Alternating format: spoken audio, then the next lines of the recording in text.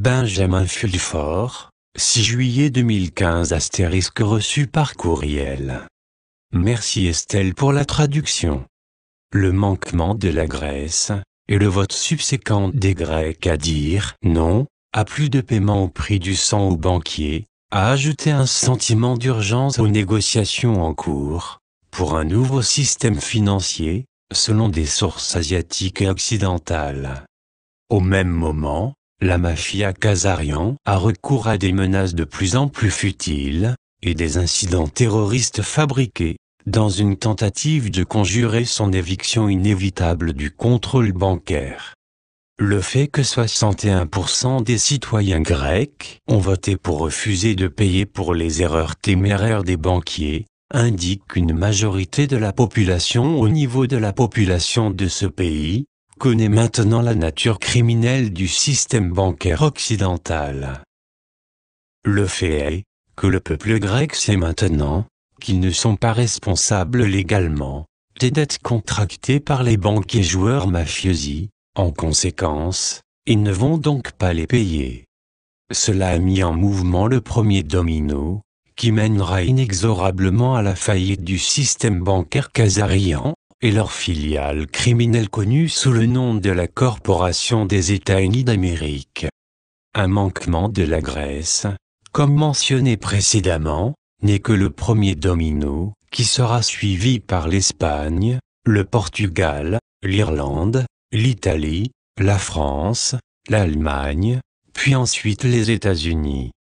Le FMI a publié un rapport rappelant un délai de 20 ans dans les paiements de la dette grecque. En effet, si le FMI produit une liste de leurs prêts à la Grèce qui ont mal tourné, ils devront se déclarer insolvables. Les principaux pays créanciers du monde, comme la Chine et d'autres pays asiatiques, refusent de prêter plus d'argent au FMI, car il demeure un outil de facto pour les criminels de Washington DC, qui détiennent un droit de veto sur cette institution.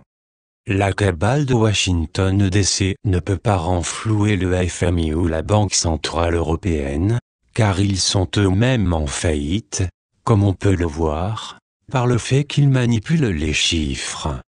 Ils ont gardé leur dette congelée à $1,8, 112 trillions depuis qu'ils ont manqué le paiement dû le 15 mars. En outre, d'autres dominos ont également commencé à tomber. Dans l'agitation au sujet de la Grèce, une grande partie de l'attention du monde entier a été détournée par le fait qu'une autre filiale de l'Amérique, le gouvernement nazi de l'Ukraine, a également manqué un paiement et est en faillite. En outre, Puerto Rico, la colonie américaine, connue par beaucoup comme étant le 51e État des États-Unis, a également déclaré publiquement qu'il ne sera pas en mesure de payer ses dettes. L'élément nouveau à ceci est que la contagion s'est maintenant étendue à la Chine, le plus grand créancier d'une Amérique en faillite, et donc le pays qui restera à tenir un sac vide. Les marchés boursiers chinois ont chuté de 30% au cours des dernières semaines, entraînés par les ventes au détail de l'investisseur. Les investisseurs de détail savent de première main que l'économie chinoise trébuche réellement, parce qu'ils ne trouvent pas d'acheteurs étrangers pour leurs produits industriels.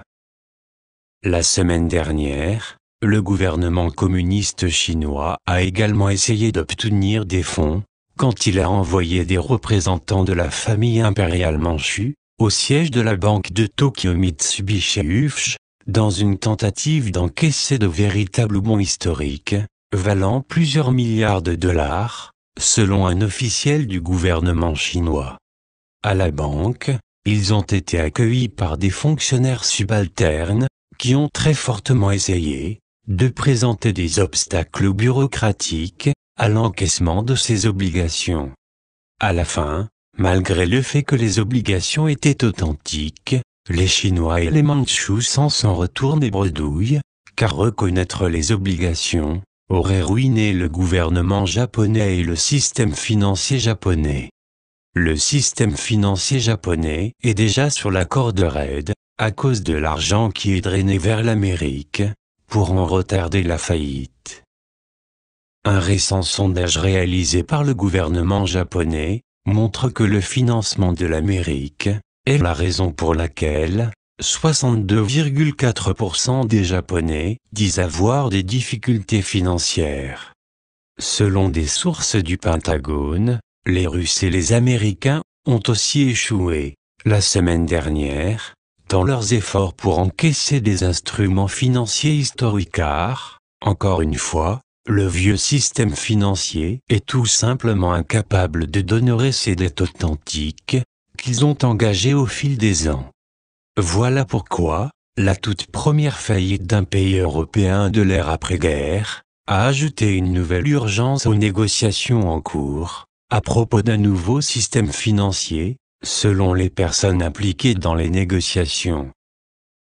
Dans les négociations clés, visant à mettre en place un système financier alternatif, les représentants de la société Dragon Blanc ont envoyé une proposition formelle à la famille impériale japonaise et au gouvernement japonais, visant à la création d'un fonds de 7 trillions, pour financer la création d'une future agence de planification.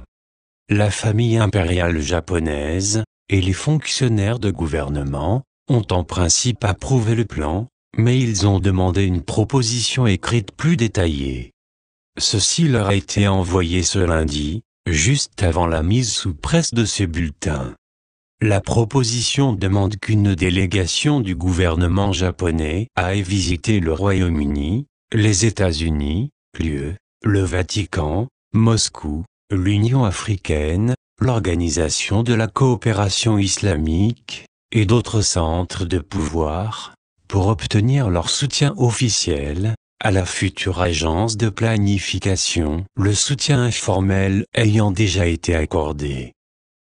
La future agence de planification serait très différente de la Banque mondiale et du FMI, ou même de la nouvelle banque BRIC et de la Banque asiatique d'investissement et infrastructure, en ce qu'elle disposera d'un budget de 70 fois supérieur, assez pour fournir annuellement une valeur de $1000 en biens et services, à chaque habitant, homme, femme et enfant, sur la planète.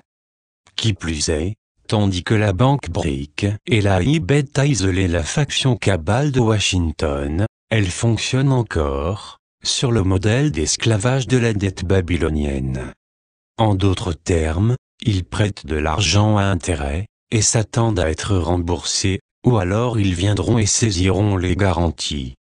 L'agence de planification fonctionnera sur le crédit, et ne va pas exiger de remboursement, sauf qu'il y aura vérification, à savoir que les fonds sont utilisés tels que prévu et promis. Les nouveaux fonds seront protégés contre les groupes corrompus et incompétents, qui pourraient les vider ensuite.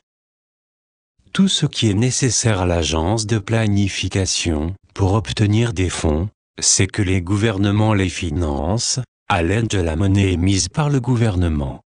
Bien sûr, ce faisant, cela mettrait un terme au contrôle du quasi-monopole de la mafia Khazarian, sur la création de la monnaie fiduciaire, et ainsi mettre un terme à leur régime d'esclavage de la dette babylonienne. Voilà pourquoi nous avons vu une nouvelle vague de menaces provenant des Khazarians. La dernière a été publiée, sur un site lié au Mossad comme Debka, où l'agent du Mossad, Simon Elliott, alias El-Baghdadi, a menacé de faire sauter les pyramides égyptiennes et le Sphinx. Il y a aussi eu la semaine dernière, une attaque contre l'armée égyptienne par des mercenaires israéliens, prétendant, et sans tromper personne, être ISIS. Il y a eu aussi dans différents pays, de nombreux nouveaux incidents de fusillade de masse sous fausse bannière, et des événements de théâtre de rue, attribués aux islamistes radicaux, Khazarians, qui ont laissé le public mondial dans la stupeur et l'indifférence. Par exemple, les sources britanniques ont envoyé des preuves convaincantes à cet écrivain, montrant que le tir soi-disant tunisien, de touristes britanniques, était encore une histoire montée. http://anierfine.blogspot.co.uk/2015/2007/collerstroom-sous-attaque.html. Aux États-Unis. Pendant ce temps, un Afro-Américain a été arrêté pour avoir vandalisé une église afro-américaine, écrit des graffitis racistes, incitant à l'assassinat des Afro-Américains. En d'autres termes, Obama, l'esclave de maison, suit les ordres de son maître Kazarian, et essaie de commencer une guerre raciale. Heureusement, les États-Unis multiculturels, multiethniques, n'offrent plus de terrain fertile pour les batailles raciales. La semaine dernière, la loge franc-maçon P2 en Italie a envoyé un message à la société Dragon Blanc, leur disant qu'ils en avaient plus qu'assez de Benyamin Netanyahou, et avaient prévu de se débarrasser de lui, aussitôt que possible. Faisant suite au fait que les Nations Unies ont publiquement traité ce monstre de criminel de guerre, vous pouvez être sûr que ces jours sont comptés. Il y a aussi des signes croissants d'une attaque très systématique contre l'Internet et l'infrastructure électrique à l'intérieur des États-Unis. Selon le FBI, récemment, au moins 11 attaques ont été perpétrées contre l'Internet et le réseau électrique américain par des attaquants très sophistiqués. http://www.2020-2020-attaque-015-2007-2020-2020-attaque-agast-mission-california-les déraillements de train, avec d'énormes explosions libérant des gaz toxiques, se produisent également à un rythme d'environ une fois par semaine, indiquant un sabotage systématique contre l'infrastructure des États-Unis. Le rythme des opérations de sabotage devrait reprendre au cours des prochaines semaines jusqu'à l'automne. À cette fin, la semaine dernière, 2500 mercenaires nazis, hautement qualifiés, ont été déplacés de l'Ukraine au Colorado, pour des raisons encore incertaines. Ces mercenaires se rapportent aux employés du département d'État affilié Kazarian, et non aux forces armées US, patriotiques régulières. Dans un développement connexe, possiblement dans ce qui semble être une tentative désespérée, pour arrêter la révolution, inspirée par les Illuminati gnostiques contre la Kabbale, la police de Koganei, Tokyo, avait mis dans un hôpital psychiatrique, le grand maître Illuminati, Alexander Romanov. Là, selon les membres de la famille, il avait été lourdement drogué contre sa volonté, pendant les 2 derniers mois. Un membre de sa famille affirme qu'il agissait violemment, et de façon erratique, et attaquait les gens avec une batte de baseball. Selon lui, la dernière fois que je lui ai parlé, c'est lui qui a été victime de violence, et non l'inverse. Il avait en effet de grosses contusions sur les jambes, de la sorte résultant de coups de batte de baseball. Quoi qu'il en soit, les sources Illuminati gnostiques disent que des représentants arriveront au Japon, dans peu de temps pour le remplacer, dans la coordination des activités anti-Kabbale. Le Société Dragon Blanc déplore la violence, et travaille fortement à titre d'intermédiaire neutre, entre les Illuminati gnostiques et la Kabbale. Toutefois, si la Kabbale ne fait pas de véritables concessions de type jubilé bientôt, la révolution violente, sanglante et chaotique est une certitude.